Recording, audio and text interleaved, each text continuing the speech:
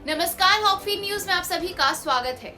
प्रधानमंत्री नरेंद्र मोदी ने राष्ट्र को संबोधित किया। इस दौरान उन्होंने तीनों कृषि कानूनों की वापसी का ऐलान किया। मोदी सरकार के इस फैसले का सत्ता पक्ष से लेकर विपक्षी नेता तक स्वागत कर रहे हैं। प्रधानमंत्री की यह घोषणा सियासी रूप से काफी अहम है, क्योंकि अगले साल पंजाब और उत्तर प्रदेश सहित देश के 5 राज्यों में विधानसभा चुनाव होने वाले हैं। दिल्ली से सटी सीमाओं पर आंदोलन कर रहे किसानों की संख्या भी इन्हीं 2 राज्यों से सबसे अधिक है। ऐसे में प्रधानमंत्री की यह घोषणा बीजेपी के लिए यूपी में सत्ता बचाने में मदद तो कर ही सकती है, साथ ही पंजाब की राजनीति में भी पांव फैलाने में मददगार साबित हो सकती है। मैं आज देशवासियों से क्षमा मांगते हुए सच्चे मन से और पवित्र हृदय से कहना चाहता हूं कि शायद हमारी तपस्या में ही कोई कमी रही हुई होगी, जिसके कारण दिए के प्रकाश जैसा सत्य कुछ किसान भाइयों को हम समझा नहीं पाए। आज गुरु नानक देव जी का पवित्र प्रकाश पर्व है। यह समय किसी को भी दोष देने का नहीं है। आज मैं आपको पूरे देश को ये बताने आया हूँ कि हमने 3 कृषि कानूनों को वापस लेने का निर्णय लिया है। इस महीने के अंत में शुरू होने जा रहे संसद सत्र में हम तीनों कृषि कानूनों को वापस लेने की संवैधानिक प्रक्रिया पूरी करेंगे। एमएसपी को और अधिक कारगर प्रभावी बनाने के लिए एक कमेटी का गठन किया जाएगा। इसमें केंद्र और राज्य सरकारों के प्रतिनिधि होंगे, किसान, कृषि वैज्ञानिक और एक्सपर्ट होंगे। पंजाब में किसानों के आक्रोश का सामना कर रही भगवा पार्टी के लिए साल भर पुराने आंदोलन का खत्म होना एक बड़ी राहत है। कृषि कानूनों ने न केवल शिरोमणि अकाली दल के साथ अपने 24 वर्षीय चुनावी गठबंधन को तोड़ दिया था, बल्कि ग्रामीण पंजाब में सिख किसानों के क्रोध का भी सामना करना पड़ा था। अब भाजपा को मोदी के इस फैसले का लाभ उठाने की उम्मीद है। आपको बता दें कि इससे कुछ दिन पहले ही केंद्र सरकार द्वारा करतारपुर कॉरिडोर को फिर से खोलने का ऐलान किया गया था। कृषि कानूनों को निरस्त होने से हाल ही में पंजाब के मुख्यमंत्री पद और कांग्रेस पार्टी से इस्तीफा देने वाले कैप्टन अमरिंदर सिंह और भाजपा के बीच चुनावी गठजोड़ का रास्ता खुल गया है। कैप्टन ने पंजाब लोक कांग्रेस की एक नई पार्टी बनाई है। उन्होंने भाजपा के साथ सीटों के बंटवारे के संकेत भी दिए हैं। हालांकि कैप्टन की पार्टी अभी काफी नई है, लेकिन पंजाब के ग्रामीण और शहरी इलाकों में उनका राजनीतिक दबदबा और अपील है। वो असंतुष्ट कांग्रेस नेताओं को अपने पाले में कर सकते हैं। किसान आंदोलन का असर पश्चिमी उत्तर प्रदेश में भी काफी हद तक देखने को मिला। 3 अक्टूबर को लखीमपुर खीरी की हिंसा में 4 किसानों के मारे जाने के बाद यह और उग्र हुआ। राज्य में अगले साल विधानसभा चुनाव होने जा रहे हैं। तीनों कृषि कानूनों और किसानों के नाम पर योगी और मोदी सरकार को घेरने की योजनाओं में अब विपक्षी पार्टी को बदलाव लाना होगा। विपक्षी दल यूपी के इस हिस्से में किसान आंदोलन से बड़ी उम्मीद लगाए बैठे थे। प्रधानमंत्री के ऐलान के साथ ही अब यह मुद्दा भी खत्म हो गया। पश्चिमी उत्तर प्रदेश के 16 जिलों में विधानसभा की 136 सीटें हैं। भाजपा को भी इन इलाकों में बड़े नुकसान की उम्मीद थी। अब कृषि कानूनों के खत्म होने से भाजपा की उम्मीद फिर से जगी होगी। आपको बता दें कि 2017 में बीजेपी ने पश्चिमी यूपी की 109 सीटों पर कब्जा किया था।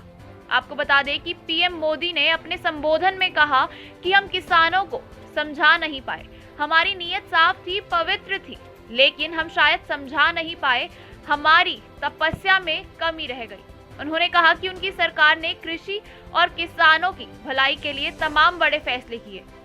पीएम मोदी ने कृषि कानूनों को वापस लेने के ऐलान से पहले किसानों के हितों में लिए गए अपनी सरकार के बड़े फैसलों की फहरिस्त भी गिनवाई। न जाने कितनी पीढ़ियां जिन सपनों को सच होते देखना चाहती थी, भारत उन सपनों को पूरा करने का भरपूर प्रयास कर रहा है। साथियों, अपने 5 दशक के सार्वजनिक जीवन में मैंने किसानों की परेशानियों को, उनकी चुनौतियों को बहुत करीब से देखा है और महसूस किया है। इसलिए जब देश ने मुझे 2014 में प्रधानमंत्री के रूप में सेवा का अवसर दिया, तो हमने कृषि विकास, किसान कल्याण को सर्वोच्च प्राथमिकता दी। साथियों, इस सच्चाई से बहुत से लोग अनजान हैं कि देश में 100 में से 80 किसान छोटे किसान हैं। उनके पास 2 हेक्टेयर से भी कम जमीन है। आप कल्पना कर सकते हैं कि इन छोटे किसानों की संख्या 10 करोड़ से भी ज्यादा है। उनकी पूरी जिंदगी का आधार यही छोटी सी जमीन का टुकड़ा है। यही उनकी जिंदगी होती है और इस छोटी सी जमीन के सहारे ही वो अपना और अपने परिवार का गुजारा करते हैं। पीढ़ी दर पीढ़ी परिवारों में होने वाला बंटवारा इस जमीन को और छोटा कर रहा है। इसलिए देश के छोटे किसानों की चुनौतियों को दूर करने के लिए हमने बीज, बीमा, बाजार और बचत इन सभी पर चौतरफा काम किया है।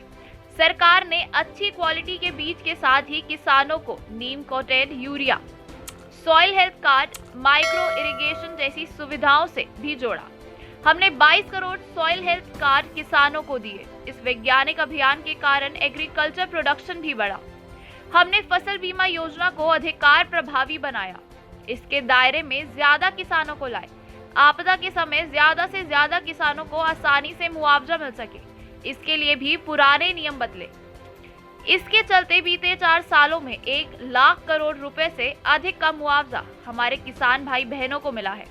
हम छोटे किसानों और खेत में काम करने वाले श्रमिकों तक बीमा और पेंशन की सुविधा भी ले आए। छोटे किसानों की जरूरतों को पूरा करने के लिए सीधे उनके बैंक खाते में 1,62,000 करोड़ रुपए ट्रांसफर किए। किसानों को उनकी मेहनत के बदले उपज की सही कीमत मिले, इसके लिए भी अनेक कदम उठाए गए। देश ने अपने रूरल मार्केट इंफ्रास्ट्रक्चर को मजबूत किया। हमने एमएसपी तो बढ़ाई ही, साथ में रिकॉर्ड संख्या में सरकारी खरीद केंद्र भी बनाए। हमारी सरकार द्वारा की गई उपज की खरीद ने पिछले कई दशकों के रिकॉर्ड तोड़ दिए हैं। देश की 1000 से ज्यादा मंडियों को इनाम योजना से जोड़कर हमने किसानों को कहीं से भी अपनी उपज बेचने का एक प्लेटफॉर्म दिया। इसके साथ ही हमने देश भर की कृषि मंडियों के आधुनिकीकरण के लिए भी करोड़ों रुपए खर्च किए। आज केंद्र सरकार का कृषि बजट 5 गुना बढ़ गया है। हर वर्ष 1.25 लाख करोड़ रुपए से अधिक कृषि पर खर्च किए जा रहे हैं। 1 लाख करोड़ रुपए के एग्रीकल्चर इंफ्रास्ट्रक्चर फंड के माध्यम से गांव और खेत के नजदीक भंडारण, इसकी व्यवस्था, कृषि उपकरण जैसी अनेक सुविधाओं का विस्तार, ये सारी बातें तेजी से हो रही हैं। छोटे किसानों की ताकत बढ़ाने के लिए किसान उत्पादन संगठन बनाने का अभियान भी जारी है। इस पर भी करीब 7,000 करोड़ रुपए खर्च किए जा रहे हैं। माइक्रो इरिगेशन फंड के आवंटन को भी दोगुना करके 10,000 करोड़ रुपए कर दिया गया है। हमने क्रॉप लोन भी दोगुना कर दिया है और इस वर्ष 16 लाख करोड़ रुपए हो जाएगा।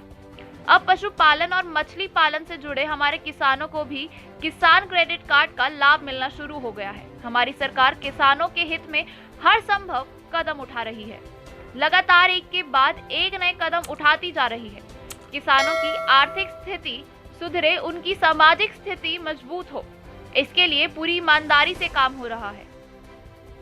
किसानों की स्थिति को सुधारने के इसी महाअभियान में देश में 3 कृषि कानून लाए गए थे। मकसद ये था कि देश के किसानों को, खासकर छोटे किसानों को और ताकत मिले, उन्हें अपनी उपज की सही कीमत और उपज बेचने के लिए ज्यादा से ज्यादा विकल्प मिले। वर्षों से यह मांग देश के किसान, देश के कृषि विशेषज्ञ, अर्थशास्त्री, किसान संगठन लगातार कर रहे थे। पहले भी कई सरकारों ने इस पर मंथन भी किया था। इस बार भी संसद में इस पर चर्चा हुई, मंथन हुआ और ये कानून लाए गए। देश के कोने कोने में कोटि कोटि किसानों ने, अनेक किसान संगठनों ने इसका स्वागत और समर्थन किया। मैं आज उन सभी का बहुत बहुत आभारी हूँ, धन्यवाद देना चाहता हूँ। साथियों, हमारी सरकार किसानों के कल्याण के लिए, खासकर छोटे किसानों के कल्याण के लिए, देश के कृषि जगत के हित में, देश के हित में, गांव गरीब के उज्जवल भविष्य के लिए पूरी सत्यनिष्ठा से, किसानों के प्रति पूर्ण समर्पण भाव से और नेक नियत से यह कानून लेकर आई थी। लेकिन इतनी पवित्र बात, पूर्ण रूप से शुद्ध किसानों के हित की बात, हम अपने प्रयासों के बावजूद कुछ किसानों को समझा नहीं पाए। भले ही किसानों का एक वर्ग ही विरोध कर रहा था, लेकिन फिर भी ये हमारे लिए महत्वपूर्ण था।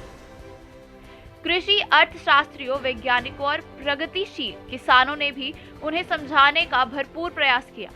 हम पूरी विनम्रता से, खुले मन से उन्हें समझाते रहे। उनके माध्यमों से व्यक्तिगत और सामूहिक बातचीत भी होती रही। हमने किसानों की बातों और उनके तर्क को समझने के में भी कई कसर बाकी नहीं रखी। जिन प्रावधानों पर ऐतराज था, सरकार उन्हें बदलने के लिए भी तैयार हो गई। 2 साल तक हमने इन कानूनों को सस्पेंड करने का भी प्रस्ताव दिया। मामला सुप्रीम कोर्ट भी चला गया। ये सारी बातें देश के सामने हैं। मैं गुरु गोविंद सिंह जी की भावना में अपनी बात समाप्त करूंगा। देहि सेवा वह मोहि इहई, शुभ कर्मन ते कबहू न टरू। देश चैनल हॉक फीड को सब्सक्राइब करें और खबरों को शेयर करें।